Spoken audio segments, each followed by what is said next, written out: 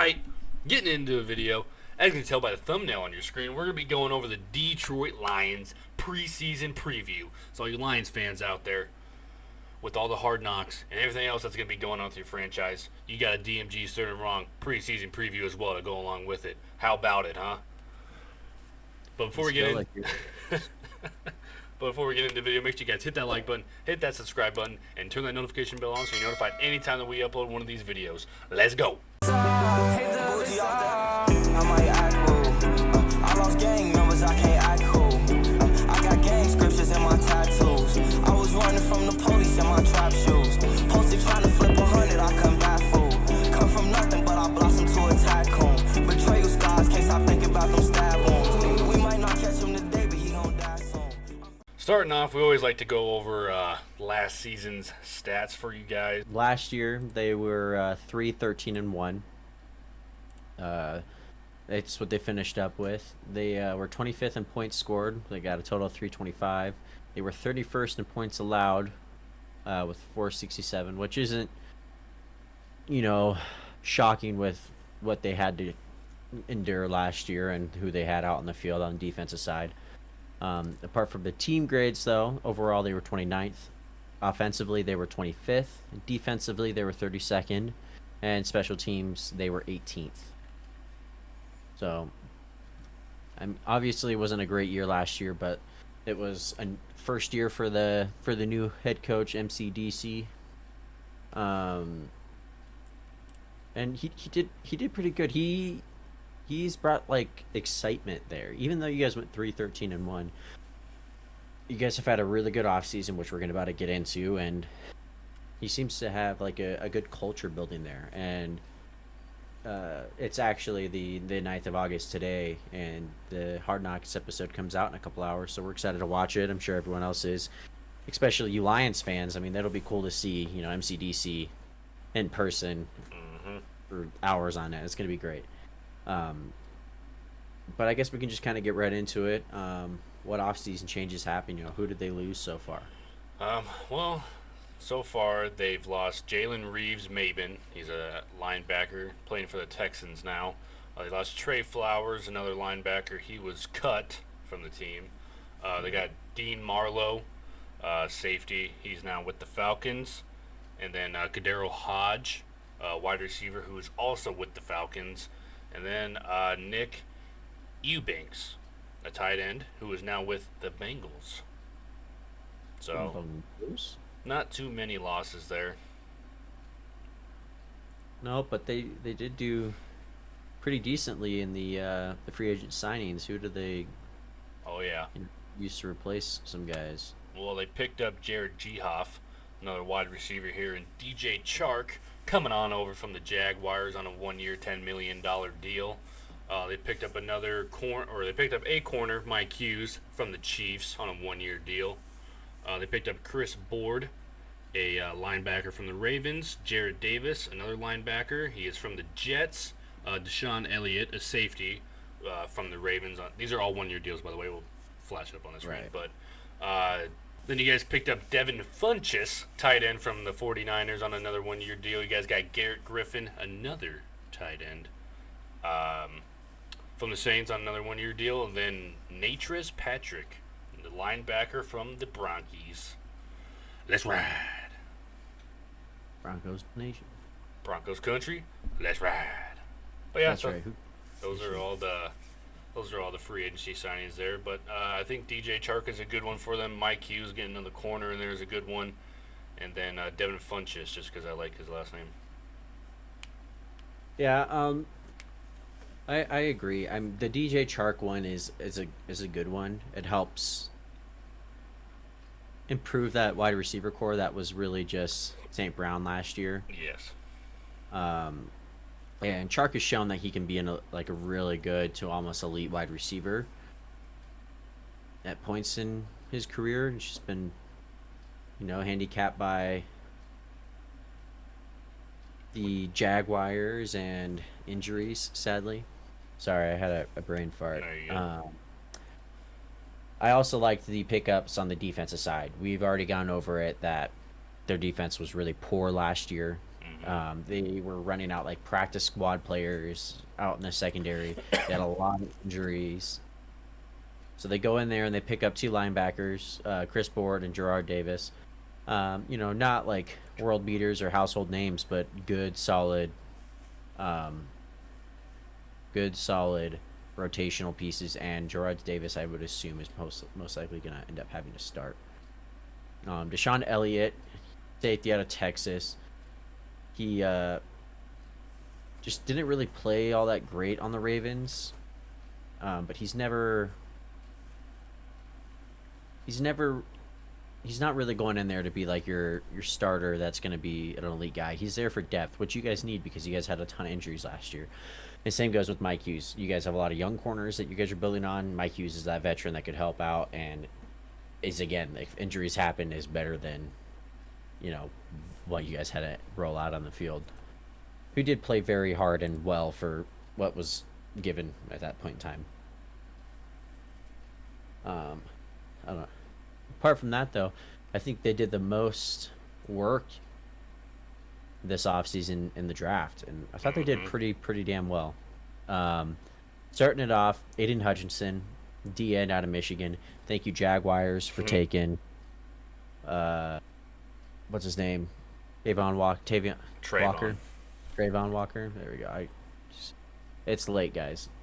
Aiden Hutchinson was like our number one edge rusher. We liked him the most. We did, and I thought it was great. That's what we wanted. We wanted, to see the Michigan boy stay at home. You get that story. You get a guy that wants to play there. That's exciting. And you're adding pieces to that defense that desperately needed. So you're hoping that Aiden Hutchinson can replicate what he was doing in college. Yeah.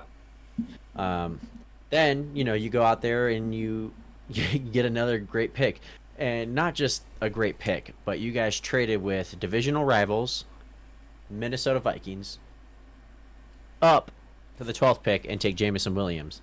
And if you haven't watched our Minnesota Vikings preview, we talked about it then, and we also talked about it in our draft recap. But there's like a point system to base like the value of trades and how well each trade is worth. And the Lions won that trade by like 150. It was something ridiculous. But Jameson Williams himself is just a great wide receiver. If he didn't get hurt, I think he would have been the first wide receiver taken off the board easily. So you guys get this guy who's just an absolute burner, which I think is a great combination with St. Brown, who can work the middle of the field. You got Chark that can spread the field on the other side, and whenever you get Jameson back, I mean, he can do it all. And then you have also T.J. Hawkinson in the middle with St. Brown. I think it's setting up pretty nicely for you guys. In the second round, you guys picked up Josh Paschal from Kentucky, also another good D end. And then my favorite pick that you guys had, third round, you guys picked up Kirby Joseph, the safety out of Illinois. Beast. Yeah, we loved this guy coming out of the draft. He's really good. Yeah, I'm really excited the Lions get him. I like the Lions, so it's always nice to see them improve. And then just going quickly through this, James Mitchell, tight end from Virginia Tech, Malcolm Rodriguez, linebacker from Oklahoma State, James Houston, linebacker out of Jackson State, and then Chase Lucas, a corner from Arizona State. So you guys, very, very defense heavy in this draft. I really like it. You picked up a ton of undrafted free agents. I don't know how long they'll be on there, but we'll see. Apart from that, though, I mean, that's pretty much everything for you guys. I mean, apart from the fact that other offseason news, you guys are on Hard Knocks, which is always fun as a fan. You get to see your team in another light. And even if it's not in another light, you get to see your team even more, which is just a fun thing to have. Gets you hyped for the season. Did you talk about James Houston at all? No, go ahead. Oh, sorry. Sorry. In the draft, you guys drafted James Houston. He was also one of our other sleepers in the draft. A dude had like 20-something sacks for Jackson State or something. Dude was an absolute menace. Yes, I remember Yeah. this now. Yep. That's on me because I wasn't there for that video. I was out of town. So you guys went through and you picked him Yep. out. No, You you're guys good. talked Yeah. about But it. yeah, James Houston, another one of our draft sleepers. I think he could make a good impact on this team for real. For real, the dude's super athletic, super quick. Obviously, he's not one of those upper echelon guys like an Aiden Hutchinson or some of the other linebackers like a Devin Lloyd or whatever. But I think he can come in and make a difference on that team. That's a sneaky pick in the 6th round. Sorry, didn't know if you Yeah, really talked no, about it. you're So, good. No, it's nice. Feel free to hit up. But the um, yeah, Lions you did mean great, even dude. say it again? Yeah, I thought so They did too. I thought great. they did really good. I'm excited. They're like trending in the right direction. Oh yeah, Obviously, like maybe not Super Bowl contenders, obviously yet, but they're moving in the right way. Um, they're and you gotta rebuild slowly. It's like you said that's in what one they're of our doing. videos. You said like you're building your team to win your division, and then you build a team to win in the playoffs, and then you build a team to win the Super Bowl. Right now, you guys are building a team to make it to like a wild card spot or to win the division. I mean, that's what you want to do. You want to win, but right now, you guys are building a team that could potentially maybe shock the world this year and get a play or a wild card spot, or here in the next couple years get a playoff spot. Like things are going great.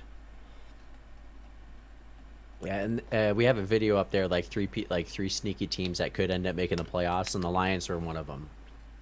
Uh, I think they improved quite a bit. If everyone has the same heart as Jamal Williams, right? That's a running back. Have you seen that video of him? I have, yeah. Yeah, That was when really he good. breaks down the huddle. If everyone could play with that heart that he has, I could see it. He's super likable. But yeah, But I'm glad you made that transition because we're just gonna kind of talk about the team and moving up for this upcoming season. Um, you guys went 3-13-1 last year. We kind of like to end our videos with if we think that the team's going to improve and then like what we're looking forward to and whatnot. And I'm excited to see Jamal Williams and DeAndre Swift.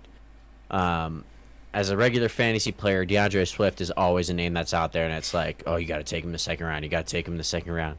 He's going to blow up this year. It's going to happen. It's going to happen. And you're always like, no, no, no. You never draft a Lions running back because you never know what's going to happen. But now this offense is actually pretty dang balanced, and with that offensive line that is extremely yes, good, they it's have a good offensive built line. well. Yeah, like I'm excited to see what this team can do. Um, I think that they definitely improved this year. We can just go over their schedule really quick so we can kind of get like what's gonna happen. They play Philly week 1, Washington week 2, then Minnesota, then Seattle, then New England. They're gonna win the bye week easily. Then they play Dallas, Miami, Green Bay, Chicago. Um, where's the second part? There it is.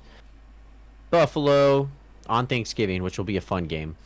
Jacksonville, Minnesota, the Jets, Carolina, Chicago, and Green Bay. And honestly, man, I can see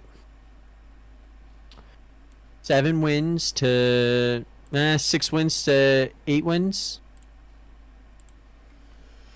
this year. 6 to 8. Yeah, I can get on board I with think that. that's kind of what I'm thinking. Yeah, I can get on board with that. I agree. I think they can get some sneaky wins out there, and I think they could maybe shock a few teams. So, you guys are on the floor right now, so anything is your guys' ceiling. That's true. Yeah, I guess that's a comical way to put at it, but gotta stick up for these Lake Erie bros. You guys, hopefully, you guys could break that playoff drought. Rooting for you guys. Uh, um, I hope I'm wrong. I hope you guys can win 9 to 10 games. Yeah, But that'd be cool. hey, I'm excited to see. I like underdog stories. Oh yeah. I'm here for it. But apart from that, if you guys have made it to the end of this video, we do greatly appreciate it. We thank you guys. We did hit 100 subscribers and some, so sweet. That's awesome. That felt good. Appreciate you guys. Yeah, that was a fun, like just crazy kind of thing. Like, I'm not a super social person, so the fact that like there's 100 people that could watch our videos is kind of like just interesting to me. I wouldn't talk to that many people in person ever. But we do greatly appreciate it. Make sure, Oh, if yeah. you're not subscribed, make sure you do hit that subscribe button. And then turn the notification bell on so you're notified when we make more videos. Apart from that, though, deuces. Peace out.